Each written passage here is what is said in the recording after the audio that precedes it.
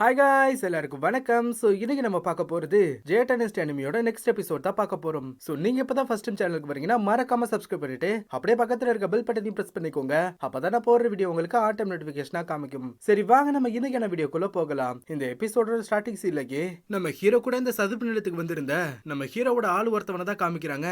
அவன் பயங்கரமான காயங்களோட கீழே அப்படியே மயங்கி கிடக்குறான். அவன் சடனா கண்ணை முடிச்சு அப்படியே சுத்தி பார்த்தா அந்த இடம் முழுக்க நம்ம ஹீரோவோட ஆளுங்க அப்படியே ரத்த வெள்ளத்துல கிடக்குறானுங்க. அது மட்டும் இல்லாம அந்த இடத்துல யாரும் இருக்கிற மாதிரி எல்லாம் அவனுக்கு ஃபீல் ஆகிக்கிட்டு இருக்கு. அதை பார்த்து பயந்த போன அவனும் வேகமா இங்கிருந்து ஓட ஆரம்பிக்கிறான். ஆனா டக்குன்னு இந்த இடத்துல அந்த ஃபிஷ்மேன் ட்ரைப்பர்ஸ் இருந்தவனுங்க வந்து இவனை கொடூரமா அப்படியே கொலை பண்ணிடுறானுங்க. அப்ப அதே நேரத்துல இந்த இடத்துக்கு வந்த நம்ம ஹீரோவும் அவனோட பவரை கேதர் பண்ணி அந்த இடத்துல அவனை அட்டாக் பண்ணிக்கிட்டு இருந்த அந்த ஃபிஷ்மேன் ட்ரைப்பர்ஸ் இருந்தவனுங்களை அப்படியே போட்டு தள்ள. இதை பார்த்துட்டு அங்க இருந்த மத்த ஃபிஷ்மேன் ட்ரைப்பர்ஸ் இருந்தவனுங்க எல்லாம் வேகமா இங்கிருந்து தப்பிச்சு ஓடி போயிடறானுங்க. நம்ம ஹீரோவும் இந்த இடத்துல கொடூரமா இறந்து போய் கிடக்குற அவனோட பிரிவை சேர்ந்த எல்லா ஆளுங்களையும் அப்படியே பாத்துக்கிட்டு இருக்கான். அப்ப இந்த இடத்துக்கு வந்த ஒருத்தவனும் நம்ம ஹீரோ கிட்ட சொல்றான், வைஸ் லீடர், நீங்க சதுப்பு நிலத்துக்குள்ள போன அடுத்த நொடியே இந்த ஃபிஷ்மேன் ட்ரைப்பர்ஸ் சேர்ந்தவனுங்க எல்லாரும் எங்களை வந்து பயங்கரமா அட்டாக் பண்ண ஆரம்பிச்சிட்டானுங்க. நாங்களும் இதுங்களை திருப்பி அட்டாக் பண்ணலாம்னு ட்ரை பண்ணோம். ஆனா இதுங்களோட ஸ்கின் அது ரொம்பவுமே ஹார்டா இருந்துச்சு. அது மட்டும் இல்லாம இது தண்ணீரை பயன்படுத்தி வேகமா இங்கிருந்து தப்பிச்சு போய்கிட்டு இருந்துச்சு. அதனால இந்த ஃபிஷ்மேன் ட்ரைப்பர்ஸ் சேர்ந்தவனுங்களை எதிர்த்து நம்ம ஆளுங்களால ஃபைட் பண்ண முடியாம கிட்டத்தட்ட முக்காவாசி பேர் இறந்து போயிட்டாங்க. அப்புறம் எங் மாஸ்டர் இன்னொரு விஷயத்தை நான் கண்டுபிடிச்சிருக்கேன். என்னது? அது வந்து இந்த ஃபிஷ்மேன் ட்ரைப்பர்ஸ் சேர்ந்தவனுங்களால நம்ம ஆளுங்க பாதிக்கப்பட்ட மாதிரியே இந்த இடத்துக்கு வந்திருந்த ஹீகுவான் பிரிவை சேர்ந்தவனுங்களும் பாதிக்கப்பட்டிருக்கானுங்க. ஆனா என்ன காரணம்னு தெரியல. வாண்டு பிரிவை சேர்ந்தவனுங்க முன்கூட்டியே இந்த இடத்தை விட்டு கிளம்பிட்டானுங்க. சரி அது இருக்கட்டும். நான் இந்த இடத்துக்கு வர்றதுக்கு முன்னாடி இந்த இடத்துக்கு கோஸ்ட் கிங் வந்தாரா என்ன? ஆமா வைஸ் லீடர், அவர் இந்த இடத்துக்கு அவரோட 2 அசிஸ்டன்ட் கூட வந்திருந்தாரு. அவர் என்ன சொன்னாரு? அது வந்து இங்க நடந்த இந்த விஷயங்களை உங்களையே பாத்துக்க சொல்லிட்டு அவர் இங்க இருந்து கிளம்பிட்டாரு அப்படிங்கிற மாதிரி அவர் சொல்ல. அப்ப அதை கேட்ட நம்ம ஹீரோவும் சரி இந்த இடத்துல காயப்பட்டிருக்க நம்மளோட மத்த ஆளுங்களை கூட்டிட்டு வேகமா நம்ம இடத்துக்கு கிளம்பு, மத்தத நான் பாத்துக்கிறேன். சரி வைஸ் லீடர், அப்படியே பண்றேன். அப்புறம் இதுக்கப்புறம் நீங்க என்ன பண்ண போறீங்க? நான் வந்து இந்த வித்தியாசமான மான்ஸ்டர்ஸ பத்தி கொஞ்சம் இன்வெஸ்டிகேஷன் பண்ண போறேன். ஏன்னா இவனுங்க நம்மள பல பேரை கொண்டு இருக்கானுங்க. அதனால நான் கண்டிப்பா அவனுங்களை பத்தி இன்வெஸ்டிகேஷன் பண்ணியே ஆகணும் அப்படிங்கிற மாதிரி ஹீரோ சொல்றான். சோ அப்படியே இந்த இடத்துல சீன் கட் ஆக அடுத்த சீன்ல நம்ம பிளாக்க தான் காமிக்கிறாங்க. அவன் நடந்த எல்லா விஷயங்களையும் ஷியா கிட்ட சொன்னதும் நம்ம ஷியா அந்த இடத்துல செமையா கடுப்பாகுறா.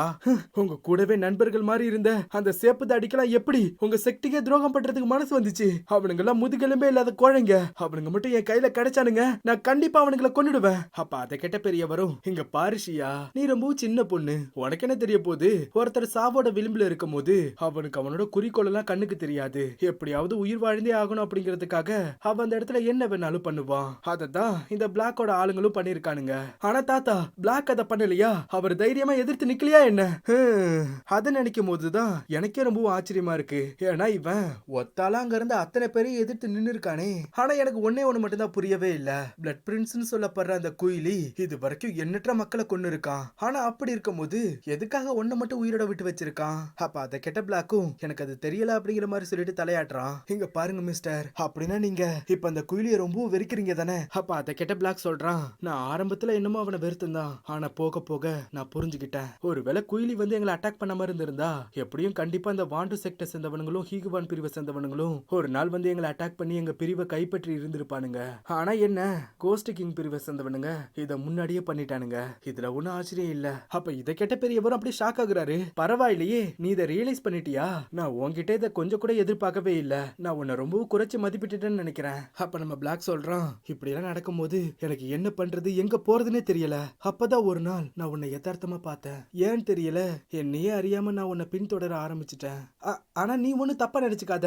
நான் உன் பின்னாடியே வந்தது உன்னை காயப்படுத்தணும் அப்படிங்கிறதுக்காக எல்லாம் இல்ல. ஒருவேளை உனக்கு இது பிடிக்கலன்னா சொல்லிடு, நான் இப்ப இங்க இருந்து கிளம்பிடுறேன் அப்படிங்கிற மாதிரி சொல்லிட்டு நம்ம பிளாக் இங்க இருந்து கிளம்ப. அப்ப இதை கேட்ட ஷியாவும் வெக்கப்பட்டுக்கிட்டே, மிஸ்டர் ஒரு நிமிஷம் அப்படிங்கிற மாதிரி சொல்றா. உண்மையை சொல்ல போனா நானும் என்னோட தாத்தாவும் இந்த உலகம் முழுக்க சுத்தி வந்துகிட்டு இருக்கோம். உங்களுக்கு விருப்பம் இருந்துச்சுன்னா நீங்க எங்க கூடவே வரலாம் அப்படிங்கிற மாதிரி ஷியா சொல்ல. அப்ப அதை கேட்ட பெரியவரும், அடியே ஷியா, நீ என்ன பண்ணிக்கிட்டு இருக்க? அவ ரொம்ப மோசமான ஒரு கல்ட்டு குரூப்பை சேர்ந்தவன். அது மட்டும் இல்லாம அவ அப்படிங்கிற மாதிரி அவர் சொல்ல வர. ஆனா இங்க நம்ம ஷியாவும் செம காண்டாயிடுறா. என்ன அதுக்கு என்னங்கிறப்ப அவர் இதுக்கப்புறம் நம்ம கூட தான் வர போறாரு, உங்களுக்கு அதுல விருப்பம் இல்லையா என்ன அப்படிங்கிற மாதிரி அவ பயங்கரமா கத்த.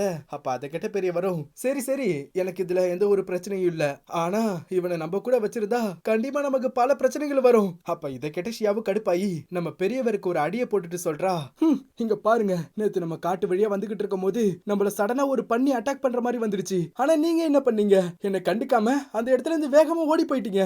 ஆனா என்ன அவர் தான் காப்பாத்தினாரு, அதனால கண்டிப்பா அவர் நம்ம கூட தான் வருவாரு. நீ என்ன சொல்ற, நான் எவ்வளவு பெரிய ஆளு, அப்படி இருக்கும்போது ஒரு காட்டு பண்ணி கூட நான் எப்படி சண்டை போட முடியும்? ஒரு அந்த இடத்துக்கு ஒரு புலி வந்திருந்துச்சுன்னா என்னோட லெவலுக்கு நான் அது கூட போய் ஃபைட் பண்ணி அதை சம்பவம் பண்ணிருப்பேன் அப்படிங்கிற மாதிரி அவர் சொல்லிக்கிட்டு இருக்கும் போது வாயை மூடுங்க அப்படிங்கிற மாதிரி நம்ம ஷியா சொல்றா. அதை கேட்ட பெரியவரும் அந்த இடத்துல வாயை மூடிட்டு கம்முன்னு உட்காந்துடுறாரு. மிஸ்டர், இதுக்கப்புறம் நம்ம ஒன்னா பயணம் பண்ணலாம், நீங்க என்ன சொல்றீங்க அப்படிங்கிற மாதிரி ஷியா நம்ம பிளாக்க பார்த்து கேட்க, அதை கேட்ட பிளாக் ரொம்ப சந்தோஷமா, கண்டிப்பா, அப்புறம் நீ ஒண்ணு கவலைப்படாத, உனக்கு எந்த ஒரு நேரத்திலயும் எந்த ஒரு ஆபத்து வராம நான் உன்னை பத்திரமா பாத்துக்கிறேன் அப்படிங்கிற மாதிரி சொல்லிக்கிட்டு இருக்கான். அப்ப இதெல்லாம் கேட்டுக்கிட்டு இருந்த பெரியவரும் டக்குன்னு அந்த இடத்துக்கு வந்து நம்ம பிளாக்கோட மூஞ்சியும் ஷியாவோட மூஞ்சியும் பார்த்துட்டு எனக்கு எதுவும் சரிப்பட்டு வரல அப்படிங்கிற மாதிரி நினைச்சிட்டு அவர் இங்க இருந்து கிளம்புறாரு. இங்க நம்ம ஷியாவும் சரி மிஸ்டர் வாங்க போகலாம் அப்படிங்கிற மாதிரி சொல்லிட்டு நம்ம பிளாக்க கூட்டிட்டு இங்க இருந்து கிளம்புறா. அப்படியே இந்த இடத்துல சீன் கட்டாக அடுத்த சீன்ல கிங்குன் பிரிவதா காமிக்கிறாங்க. அப்ப இந்த இடத்துக்கு நம்ம சிங்கு அவனோட மாஸ்டரை பாக்குறதுக்காக வேகமா ஓடி வரான். மாஸ்டர், நான் திரும்ப வந்துட்டேன், நீங்க உள்ளதானே இருக்கீங்க? அப்ப அதை கேட்ட சிங்குவோட மாஸ்டரும் நான் உள்ளதா இருக்கேன், ஒரு நிமிஷம் வெயிட் பண்ணு, இங்க ஒரு விருந்தினர் வந்திருக்காரு, நான் இவரை முதல்ல கவனிச்சுட்டு அதுக்கப்புறம் வர அப்படிங்கிற மாதிரி சொல்லிக்கிட்டு இருக்காரு. சோ இந்த இடத்துல இருக்கிறது யாருன்னு பார்த்தா அது கிராண்ட் மாஸ்டர் தான். அவர் தான் நம்ம சிங்கியோட மாஸ்டர் கிட்ட அப்படியே பேசிக்கிட்டு இருக்காரு. அப்ப கிராண்ட் மாஸ்டர் சொல்றாரு, உங்களோட சீடன் வந்துட்டான் போல இருக்கு, உண்மையை சொல்ல போனா இப்ப ரொம்ப டேலண்டான ஒரு பர்சன். அப்ப அதை கேட்ட சிங்கியோட மாஸ்டரும் அப்படி இருக்கும்போது கிராண்ட் மாஸ்டர் எதுக்காக நீங்க அவனை உங்களோட பொறுப்புல எடுத்துக்கல? ஏன்னா அவனோட அந்த குணங்கள் அது எனக்கு ஒருத்தவன் ஞாபகப்படுத்துது, அது மட்டும் இல்லாம இவனோட திறமைகளும் அப்படியே அவனை போலவே இருக்கு, அதனாலதான் அவனை என்னோட பொறுப்புல என்னால எடுத்துக்க முடியல அப்படிங்கிற மாதிரி நம்ம கிராண்ட் மாஸ்டர் அந்த இடத்துல சொல்லிக்கிட்டு இருக்கும் போதே அப்படியே பயங்கரமா இருமிக்கிட்டு இருக்காரு. அப்ப அதை கேட்ட எல்டர் சொல்றாரு, கிட்டத்தட்ட 10 வருடங்கள் ஆயிடுச்சு, நீ அந்த டிவைன் ஸ்வார்ட் ஃபார்மேஷனை பயன்படுத்தினதுனால உனக்கு ஏற்பட்ட அந்த பேக் ஃபயர் நான் நினைச்சதை விட இது ரொம்ப மோசமானதா இருக்கு. அப்புறம் நீ இன்னொரு வாட்டி அந்த டிவைன் ஸ்வார்ட் ஃபார்மேஷனை பயன்படுத்தினா கண்டிப்பா நீ எனக்கு முன்னாடியே செத்து போயிடுவ. அப்ப அதை கேட்ட கிராண்ட் மாஸ்டரும் அப்படியா, ஆனா அது நடக்கவே நடக்காது, நான் கண்டிப்பா உனக்கு முன்னாடி சாக்கவே மாட்டேன் அப்படிங்கிற மாதிரி சொல்லிட்டு அவரங்க இருந்து கிளம்பிடுறாரு. அப்படியே இந்த இடத்துல சீன் கட்டாக அடுத்த சீன்ல நம்ம பிளாக்க தான் காமிக்கிறாங்க. அப்ப மரத்துல இருந்து ஆப்பிள பறிச்சுட்டு வந்துட்டு நம்ம ஷியா கிட்ட ஒண்ணு குடுக்குறான். அத பத்த ஷியாவும் அவ கையில வச்சிருந்த பூவை நம்ம பிளாக் கிட்ட கொடுத்துட்டு அந்த ஆப்பிள வாங்கி அப்படியே சாப்பிட ஆரம்பிச்சிடுறா. இங்க நம்ம பிளாக்கும் அந்த பூவை பார்த்துட்டு அப்படியே ஃபீல் பண்ணிக்கிட்டு இருக்கான். மிஸ்டர், இது ரொம்பவுமே ஸ்வீட்டா இருக்கு, ரொம்பவும் நன்றி அப்படிங்கிற மாதிரி அவ சொல்லிக்கிட்டு இருக்க. அதை கேட்ட பிளாக்கும் அவங்கிட்ட இருக்க இன்னொரு ஆப்பிள அவ சாப்பிடறதுக்கு போறான். ஆனா அப்ப டக்குனு நம்ம ஷியா நம்ம பிளாக் அதை சாப்பிட விடாம தடுத்துட்டு அப்படியே பெரியவரை பார்த்து கண்ணை காமிக்கிறா. அதை புரிஞ்சுக்கிட்ட பிளாக்கும் அவங்கிட்ட இருக்க அந்த ஆப்பிள போய் நேரா பெரியவர்கிட்ட கொடுக்குறான். ஆனா பெரியவரும் என்ன நீ இந்த பழத்தை கொடுத்து என்ன விலைக்கு வாங்கலாம்னு நினைச்சியா என்ன, அது உன்னால முடியாது அப்படிங்கிற மாதிரி சொல்லிட்டு அவர் மூஞ்சி அப்படியே திருப்பிக்கிறாரு. அப்ப அதை பார்த்தா பிளாக்கும் கடுப்பாயி அட போயா அப்படிங்கிற மாதிரி சொல்லிட்டு அந்த ஆப்பிள அவனே அப்படியே சாப்பிட ஆரம்பிச்சிடுறான். நம்ம பெரியவர் அவன் சாப்பிட்டதுக்கு அப்புறம் அந்த ஆப்பிள பார்த்து அப்படியே ஏங்கிக்கிட்டு இருக்காரு.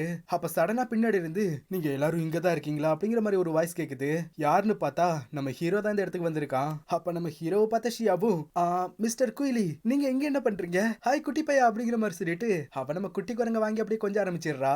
ஆனா இங்க நம்ம பிளாக் ஹீரோவை பார்த்துட்டு அவன் இந்த இடத்துல பயங்கரமா நடுங்கி போய் நின்னுக்கிட்டு இருக்கான். அப்ப நம்ம ஹீரோவும் அந்த இடத்துல இருந்து டக்குன்னு மூவ் ஆகி நேரா பெரியவர்கிட்ட தான் போய் பேசுறான். பெரியவரே, நான் உங்ககிட்ட ஒரு சில விஷயங்களை பத்தி கேட்கணும். அப்ப அதை கேட்ட பெரியவரும் அப்படியா, அப்படின்னா நீ சரியான இடத்துக்கு தான் வந்திருக்க, நான் ரொம்பவும் அறிவாளி, அப்படி இருக்கும்போது எனக்கு தெரியாத விஷயமே இந்த உலகத்துல எதுவுமே இல்ல, சரி நீ என்கிட்ட என்ன விஷயம் கேட்கணும்? அப்ப அதை கேட்ட ஹீரோவும் நாம அந்த சதுப்பு நிலத்துக்குள்ள இருந்த போது அப்ப அந்த இடத்துக்கு வந்திருந்தானுங்களே அந்த ஃபிஷ்மேன் ட்ரைப்பை சேர்ந்தவனுங்க, அவனுங்களை உங்களுக்கு ஞாபகம் இருக்கா? அப்ப அதை கேட்ட ஷியாவும் ஆமா அவனுங்களை எனக்கு நல்லாவே ஞாபகத்துல இருக்கு, கொஞ்சம் விட்டுருந்தா நான் அந்த இடத்துல செத்து போயிருந்திருப்பேன், நல்ல வேலை சரியான நேரத்துக்கு நீங்க எல்லாரும் வந்து என்ன காப்பாத்திட்டீங்க. பெரியவரே, அப்ப அந்த ஃபிஷ்மேன் ட்ரைப்பை சேர்ந்தவனுங்களை பத்தி என்கிட்ட சொன்னீங்கல்ல, இப்ப அவனுங்களை பத்தி கொஞ்சம் தெளிவா என்கிட்ட சொல்ல முடியுமா?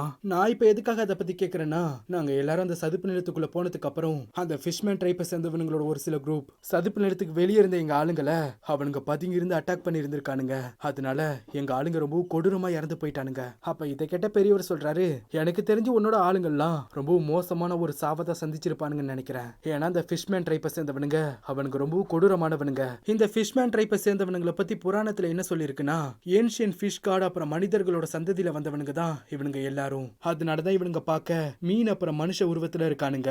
அது மட்டும் இல்ல இவனுங்க எல்லாரும் இயற்கையாகவே ரொம்ப மிருகத்தனமானவனுங்க தான், அதனால அவனுங்களோட ஒவ்வொரு செயலும் ரொம்ப கொடூரமானதா இருக்கும். அப்புறம் எதுக்காக அவனுங்களோட எதிரிகளை துண்டு துண்டா வெட்டி கொள்றானுங்கன்னா இப்படி பண்றது மூலியமா அவனுங்களோட எதிரிகள் செத்து போகும்போது அவனுங்களோட ஆன்மாவும் சேர்ந்தே அழிஞ்சு போயிடும் அப்படிங்கிறது அவனுங்களோட நம்பிக்கை. அப்ப இதெல்லாம் கேட்ட நம்ம ஷியாவுக்கும் அந்த இடத்துல அப்படியே வாமிட் வர மாதிரிலாம் இருக்கு. அப்ப நம்ம ஹீரோ கேக்குறான், அப்படின்னா பெரியவரே, இப்படிப்பட்ட மிருகத்தனமான ஒரு ட்ரைப்பை பத்தி நான் இது வரைக்கும் கேள்விப்பட்டதே இல்ல. எதனால அவனுங்களை பத்தி யாருக்குமே தெரியல. அதுக்கான காரணம் என்னன்னு உங்களுக்கு தெரியுமா? அப்ப அதை கேட்ட பெரியவர் சொல்றாரு, அந்த ஃபிஷ்மேன் ட்ரைப்பை சேர்ந்தவனுங்க தெற்கு திசையோட எல்லையோர பகுதியில தான் வாழ்ந்துகிட்டு இருக்கானுங்க. அவனுங்க இருக்க அந்த இடம் தான் சென்டர் லேண்டையும் சவுத்தன் பார்டர் லேண்டையும் கனெக்ட் பண்ணுது. ஏன் இவனுங்க இருக்க அதே இடத்துல தான் கிங்குன் பிரிவோட 3 முக்கிய பிரிவுல ஒன்னான ஃபெங்சியாங் பள்ளத்தாக்கும் அந்த இடத்துல தான் இருக்கு. அப்படி இருக்கும்போது இந்த ஃபிஷ்மேன் ட்ரைப்பை சேர்ந்தவனுங்களுக்கும் அந்த ஃபெங் பள்ளத்தாக்க சேர்ந்தவனுங்களுக்கும் நடுவுல எப்போ ஒரு சண்டை நடந்துகிட்டு தான் இருக்கும். நான் இளமையா இருக்கும்போது பல இடங்களுக்கு டிராவல் பண்ணிருக்கேன். அதனால இந்த விஷயங்களை பத்தி எல்லாம் எனக்கு கொஞ்சம் கொஞ்சம் தெரியும். நீங்க சொல்றதெல்லாம் கேட்கும் போது எனக்கு இன்னும் பல சந்தேகங்கள் வருது. அந்த ஃபிஷ்மேன் ட்ரைப்பை சேர்ந்தவனுங்க அவனுங்க இருக்கிற மவுண்டனை விட்டு கீழே இறங்கினாலே அந்த ஃபெங் பள்ளத்தாக்க சேர்ந்தவனுங்க கண்டிப்பா அவனுங்களை போட்டு தள்ளிடுவானுங்க. அப்படி இருக்கும்போது இந்த இடத்துக்கு எப்படி அந்த ஃபிஷ்மேன் ட்ரைப்போட இவ்வளவு பெரிய குரூப் வந்திருக்க முடியும்? இல்ல இதுல ஏதோ ஒண்ணு தப்பா இருக்கு அப்படிங்கிற மாதிரி நம்ம ஹீரோ சொல்லிக்கிட்டு இருக்கான். அப்ப அதை கேட்ட பெரியவரும், அடடா அதுக்கு எனக்கு எந்த சம்மந்தமும் இல்ல, அது உன்னோட பிசினஸ் அப்படிங்கிற மாதிரி சொல்லிட்டு அவர் அப்படியே திரும்பி உட்காந்துக்கிறாரு. அப்ப நம்ம ஹீரோ அவருக்கு பக்கத்துல வந்துட்டு, அப்புறம் பெரியவரே, நான் உங்ககிட்ட இன்னொரு முக்கியமான விஷயமும் கேட்கணும். உங்களுக்கு ஏன்ஷியன் விச் ட்ரைப்பை பத்தி தெரியுமா? என்ன ஏன்ஷியன் விச் ட்ரைப்பா? அவனுங்களை பத்தின தகவல் 1000 வருடங்களுக்கு முன்னாடியே நம்ம பூமியை விட்டு மறைஞ்சு போயிடுச்சு. அதனால அவனுங்களை பத்தின தகவல் எதுவும் இல்ல. எதுக்காக அவனுங்களை பத்தி நீ இப்ப என்கிட்ட கேக்குற? என்ன அப்படின்னா பல வருடங்களுக்கு முன்னாடியே விச் ட்ரைப்பே மொத்தமா அழிஞ்சு போயிடுச்சா? அப்ப அதை கேட்ட பெரியவரும், நீ அவங்கள கண்டுபிடிக்க விரும்புறியா என்ன?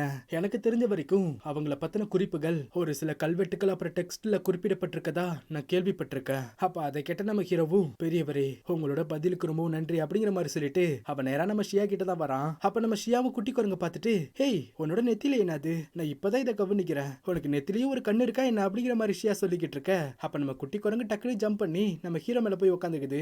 அப்ப ஹீரோவு பிளாக்க பார்த்துட்டு, நீ இதுக்கப்புறம் இவங்க கூட இருக்கலான்னு பிளான் பண்ணிருக்கியா என்ன? அதை கேட்ட பிளாக்கும் ஆமா அப்படிங்கிற மாதிரி சொல்றான். ஒன்னு மட்டும் ஞாபகத்துல வச்சுக்கோ, அந்த சேப்பு தாடி குரூப்பை சேர்ந்தவனுங்க உன்னை எப்ப வேணாலும் தேடி வரலாம். அதை பத்தி எனக்கு எந்த ஒரு கவலையும் இல்ல. அவனுங்களா சொந்த செக்டுக்கே துரோகம் பண்ண துரோகிங்க. அப்படி இருக்கும்போது அவனுங்களா என்னோட மூஞ்சில முழிக்கிறதுக்கே வெக்கப்படுவானுங்க. அப்ப அதை கேட்ட ஹீரோவும், இதுக்கப்புறம் உன்னோட இஷ்டம் அப்படிங்கிற மாதிரி சொல்லிக்கிட்டு இருக்கான். அப்ப நம்ம ஷியாவும் குட்டி குரங்க பார்த்து டாட்டா சொல்லிக்கிட்டு இருக்கா. நம்ம ஹீரோவும் இங்க இருந்து கிளம்பி போக, அப்ப டக்குன்னு பின்னாடி இருந்து, பெரியவரே உங்களுக்கு நிறைய விஷயங்கள் தெரிஞ்சிருக்கே அப்படிங்கிற மாதிரி சொல்லிட்டு இந்த இடத்துல நம்ம லியா நின்னுக்கிட்டு இருக்கா. அப்படியே இந்த இடத்துல சீன் கட் ஆகுது. அடுத்த சீன்ல நம்ம லூசியை தான் காமிக்கிறாங்க. அவளால எந்த ஒரு வேலையுமே பார்க்க முடியல. ஏன்னா அவளுக்கு தொடர்ந்து நம்ம ஹீரோவோட ஞாபகங்களா வந்துகிட்டே இருக்கு. அதனால அவளோட மைண்டை டைவர்ட் பண்றதுக்காக இந்த இடத்துல மூன் லைட் ஸ்வாட் டான்ஸ் அப்படிங்கிற ஒரு டான்ஸ் அப்படியே ஆடிக்கிட்டு இருக்கா.